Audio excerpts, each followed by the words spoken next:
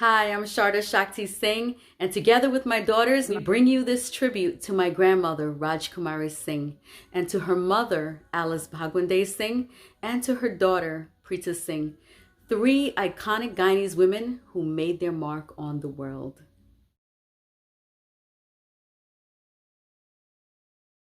Alice Bhagwandai Singh. It all started with Alice. She was around during the time before Guyana's independence. She was married to Jung Bahadur Singh, who was a force of his own. Her contribution in general, not just women, to write a piece on indentureship in the Caribbean. And she was also instrumental in many Guyanese organizations, including the one that I'm the most proud of, the British Guiana Dramatic Society. Yes. And this organization put on plays that hearkened to India, the Leelas, musical dance dramas, where a script and music and dance and it all came together. And one of the coolest things I think about Alice is that she involved her family. And this is something that I tend to do as well. As you see with this little documentary film, I have my own daughters involved. But it really was a family affair. When I speak to my father and my aunts and uncles, they all tell me that, they kind of had no choice. If you were in the household, you were in the production, whether you were on the stage or you were behind the scenes.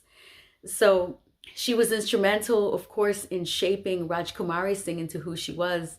And she was a champion for Indians in the Caribbean, for other groups, and for integration and unity. And she also was a champion for women in particular. I hadn't known much about Alice Bhagwandai Singh except for what I had heard from family members and from historians. But when I think about it, I believe she is the one that I may identify with the most, because she was sort of more of a behind the scenes person. She loved to organize, and she put together all of those productions. And although I do like being in front of the camera, I do like acting myself, I do like performing, I also like pulling the strings, and sort of being the mastermind behind things. I really enjoy it because you get to control all the pieces and to control what the finished product is. And I really saw a piece of myself in whatever it was that I had heard about her. So I played her myself. I played Alice Bhagwandai Singh, and she had a very regal stature and a very calm and pleasant demeanor in her face. So I tried to embody that. And I'm very proud of her. I'm very proud to come from that lineage. And she's the woman. I mean, she started it all. She's the one who had Rajkumari, who had Pritha Singh, and then my father, who's Pritha Singh's brother, gave birth to me. And I just feel like I owe so much to this woman and to this lineage.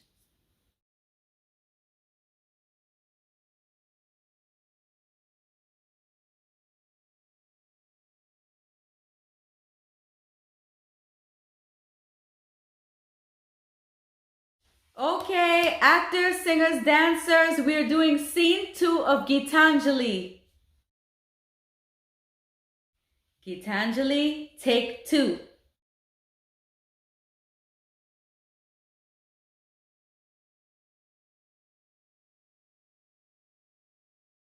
One of Alice Bhagwandai's daughters, Rajkumari Singh, was crippled at a young age by polio.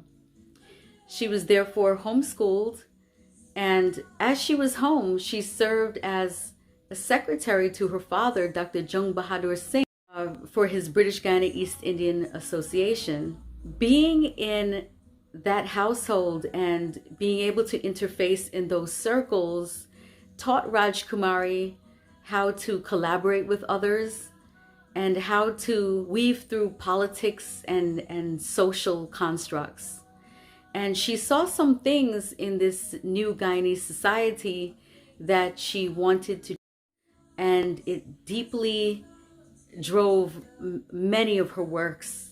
Although her work is known to be beautiful and poetic, it also dives deeply into social ills such as the oppression of women and, just the different groups in Guyana not coming together to work together to build a better nation. She also responded to things that were going on globally as far as revolutions from other nations. And she was growing up in a time of a lot of change, and she herself became a vehicle for a lot of that change in Guyana.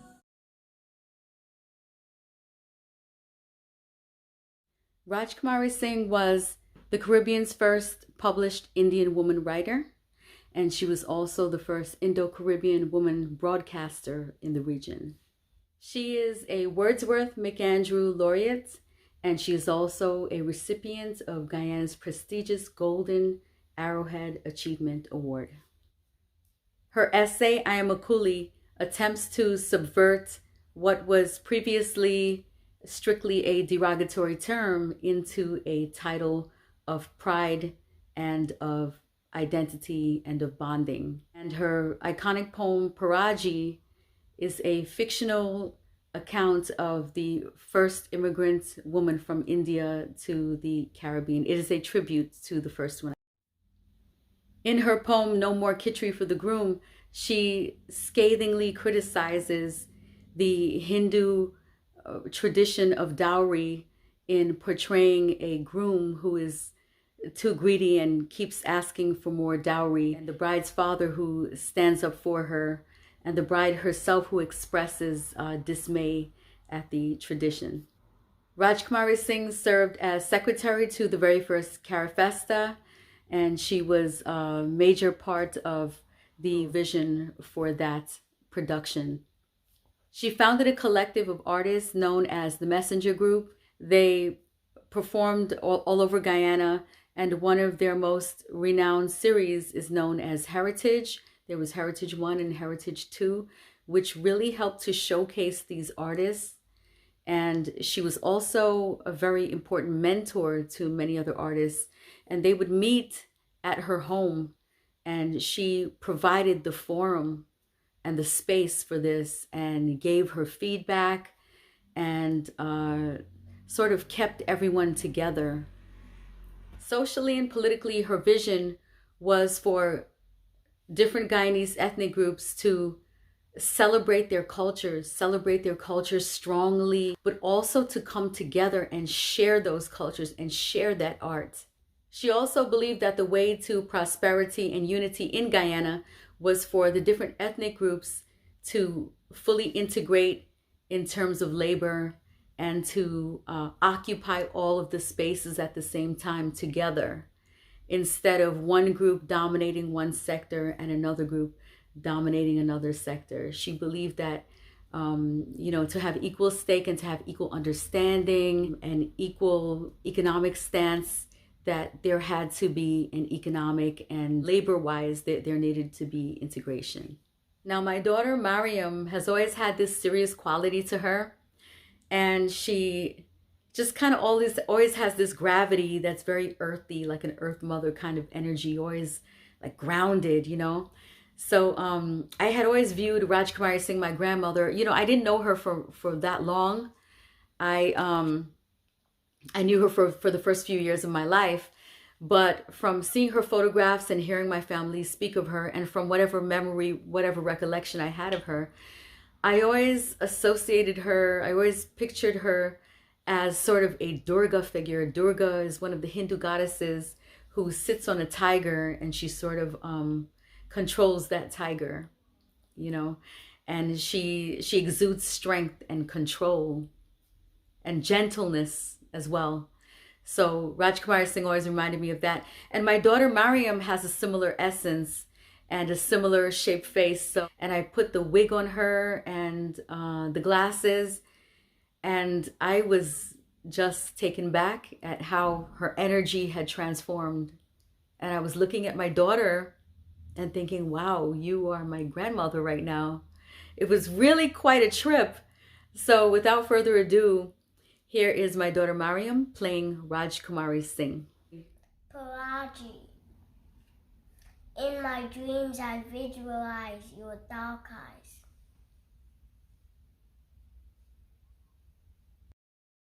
2, 3. Paraji. In my dreams, I visualize your dark eyes. 2, 3. In my dreams, 3. Paraji. In my dreams, I visualize your dark eyes.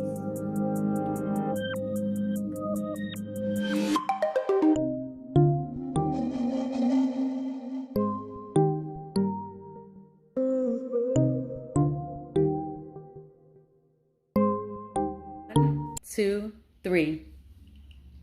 Days of the Sahib are over, or could be.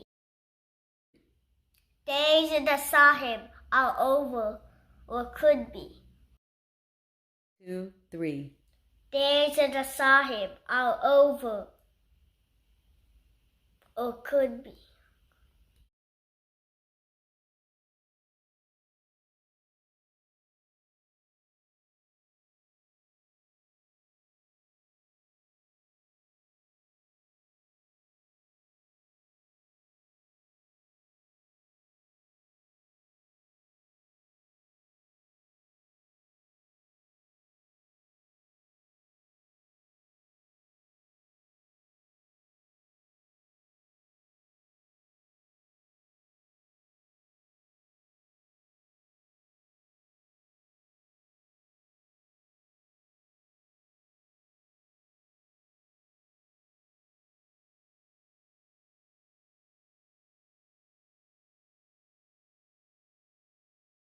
My grandmother was just an amazing woman. With all the things that she did, I mean, she was even in charge of cultural affairs at the Guyana Defense Force. But, you know, with all these things that she had on her plate, she still, she gave birth to 8 children as she was crippled in a wheelchair, raised them with love and warmth, and many of them grew to become artists in their own right, which is a perfect segue to our next person that we are giving tribute to. Fast forward to the 1970s, Rajkumari Singh's daughter, her first daughter of her 8 children, Pritha Singh, is in New York City, in Brooklyn, New York, and she is living many lives as a graphic artist, music producer, as a dramatist, a political organizer, and a cultural community organizer, as a writer. And together with her brother, Gora Singh, who he in his own right is another renowned artist, Kathak exponent of Guyana, Gora Singh, they founded the Rajkumari Cultural Center, also known as RCC, the name being a tribute to her own mother, in New York. Indo-Caribbean culture in New York was mostly, there would be dance shows where the dances were performed in isolation without being integrated with scripts. There were fashion shows, there were beauty pageants, but we were not seeing the multidisciplinary works, the intricate, we weren't seeing serious drama from the Indo-Caribbean community at that time. So what Pritha Singh did with RCC is that, you know, having grown up in the household with Rajkumari Singh and with Alice Bhagwandai Singh, she was exposed to the concept of Leela, which is musical dance drama, right? Which is a tradition stemming back to India, which Alice Bhagwandai Singh continued in Guyana. And Pritha Singh took this concept and she recreated it in New York, except she used scripts that were more modern. And the first performance, the first production of RCC was The Sound of Her Bells, which was one of her mother's scripts, and it was performed at Queen's Theater in the Park. It was a huge production, and it brought together so many people from the community, and you could feel the excitement from all the business people and the artists who all came together. And I was actually working backstage at that, and I knew from that moment on that this was the start of something great, and that it would catapult a stronger artistic community, Indo-Caribbean community in New York. After the sound of her bells, Pritha Singh and her Rajkumari Cultural Center created a series known as Khichdi, a spicy rice dish, Indo-Caribbean rice dish. And it would take place mostly in New York, but it was a festival. It would be workshops that culminated, workshops teaching people sort of obscure arts, art forms that were almost dying from Guyana, such as tan singing and tan playing, which is a sort of a precursor to chutney. And what they were doing was very important because they were upholding it, they were exposing it to the people, they were keeping it alive. How I got brought in is that Pritha Singh needed new scripts. And she knew that I was a writer. I was already doing work at my school in the theater program. And she asked me to come on board.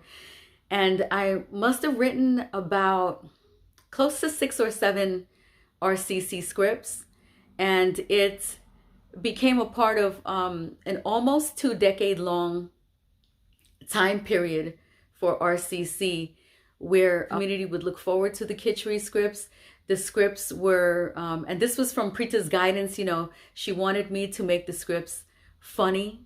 It had to have Caribbean dialect. It had to be a vehicle for the Indo-Caribbean dance and the Indo-Caribbean music that would be put in to the script. It would all sort of come together. And I learned so much from working with RCC. I learned so much from my aunt, Pritha Singh. I mean, even if I hadn't worked with her, just being around Pritha Singh was a tutelage in itself, because even if she were just hanging out with you casually, she knew how to bring the art out of you. She knew how to make you express yourself, and to express yourself in a way that brings out the best in you. She didn't do anything halfway. She always went all the way with everything. From the RCC, a lot of people who studied the art forms there, or people who were already artists who came in to collaborate, really found it to be a launching pad. And a lot of them broke off and, started their own events or their own groups. So what RCC did truly catapulted the future for Indo-Caribbean culture and art. And I'm very proud of Pritha Singh for that. So my daughter, Shefali Singh Ragnoth, has always had a spirit similar to Pritha Singh. And so I dressed her up as one of Pritha's most iconic characters. Pritha played a market lady in one of Sullivan Walker's pieces called Nora Complaining. And there was a tagline in the monologue, which was known by many people, and it's of course the mango line. So I had to have her do that. So here she is, dressed up as Pritha Singh, performing the role of Nora.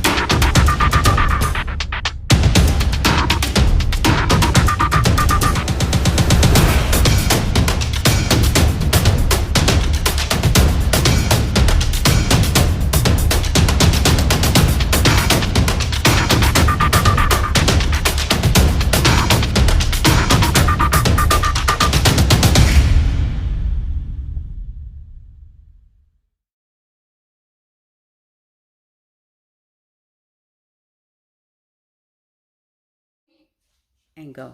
Mango.